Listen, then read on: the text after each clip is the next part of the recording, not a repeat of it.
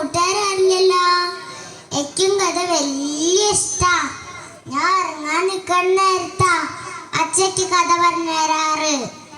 ഞാനേ അച്ഛൻ കൊണ്ട് ഒരുപാട് പ്രാവശ്യം പറയിപ്പിച്ച ഒരു കഥ നിങ്ങൾക്ക് വേണ്ടിയിട്ട് ഞാൻ പറഞ്ഞുതരാട്ടോ. നമ്പൂതിരിയച്ഛൻ്റെ കഥയാണ് ഞാൻ പറയാൻ പോണത്. നമ്മുടെ കഥയത്തെ നമ്പൂതിരിയച്ഛനെ ഒരു പേടിത്തൊണ്ടനും മണ്ടനുമാ.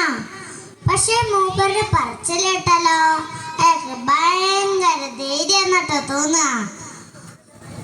ഒരു ദിവസം നമ്പൂതിരിയച്ഛൻ വേളി കഴിഞ്ഞ് ഇല്ലത്തേക്ക് മടങ്ങുകയായിരുന്നു. വലിയ കാട് എടുത്ത് വേണം ഇല്ലത്തെത്താൻ.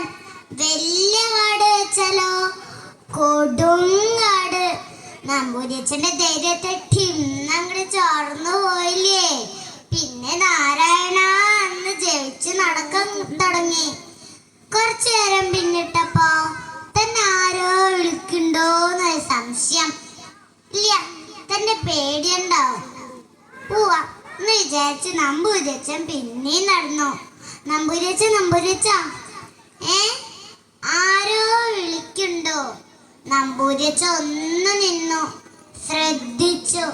നമ്പൂതിരിയച്ഛ അല്ലല്ല, അതെന്റെ സംഖ്യല്ല, തന്നെ ആരോ വിളിക്കുന്നുണ്ട്. തിരിഞ്ഞു നോക്കണോ വേണോ? നോക്കാലേ. നമ്പൂതിരിയച്ഛൻ സർവ്വധൈര്യം എടുത്ത് തിരിഞ്ഞു. അയ്യോ പുലി! നമ്പൂതിരിയച്ഛൻ ബോധം കെട്ട് വീണില്ലേ. കണ്ണുറന്ന് നോക്കിയപ്പോഴേ പുലി കൂട്ടിൻ്റെ ഉള്ളിലാണ്. സമാധാനായിട്ടോ നമ്പൂതിരിയച്ഛന്. എന്നിട്ട് നമ്പൂതിരിയച്ഛൻ വേണ്ട എഴുതി പിടിച്ച് നടക്കാൻ തുടങ്ങി. നമ്പൂതിരിയച്ഛൻ ഒന്ന് രക്ഷിക്കോ? ആ കളി നമ്പൂതിരിയച്ഛൻ്റെ അടുത്ത് നടക്കില്ല കേട്ടോ. കൂട്ടിലായാലും പുലി മുന്നില്ല. ഇല്ല ഞാൻ ഇല്ലെന്നും പറഞ്ഞ് നമ്പൂതിരിയച്ഛൻ പിന്നെയും നടത്താം. അവസാനം പുലിയച്ഛൻ കരഞ്ഞു പറഞ്ഞു കേട്ടോ, നമ്പൂതിരിയച്ഛ അങ്ങക്കില്ലേ തന്നെ കാത്തിരിക്കണം ഭാര്യയും മക്കളും? ചുണ്ട് എന്നെ കാത്തിരിക്കണം ഭാര്യയും മക്കളും. മക്കളുടെ കാര്യത്തെ കേട്ടപ്പോ നമ്പൂതിരിയച്ഛൻ്റെ മനസ്സറിഞ്ഞു. എന്നിട്ട് നമ്പൂതിരിയച്ഛൻ ഒന്നും ആലോചിച്ചില്ല, കൂടെ അങ്ങോട്ട് തുറന്നു.